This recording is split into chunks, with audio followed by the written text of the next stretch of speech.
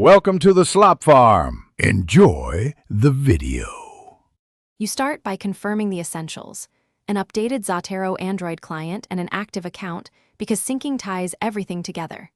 Next, enable Wi-Fi sync and grant storage permissions so PDFs and snapshots save locally. This prevents sync conflicts. Install a browser or reader that supports Android's Share to feature, since you will capture items from web pages and other apps.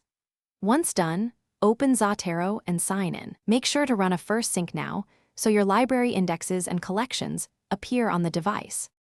Now you'll capture and organize. Use the Share to menu or the built-in browser to save article metadata and snapshots. This creates clean items instantly. After saving, add tags and notes, and move items into collections so your structure mirrors desktop organization. This matters for later searches.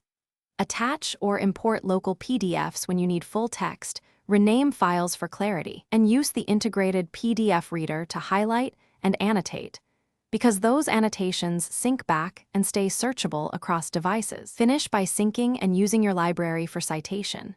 Manually run sync after major edits to ensure attachments and notes propagate. Verify attachment sync status in item details.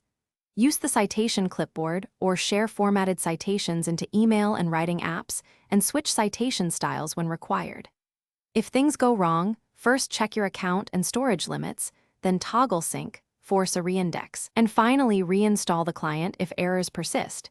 These steps fix most conflicts and missing attachments. Thanks for watching. Consider subscribing if we helped you today.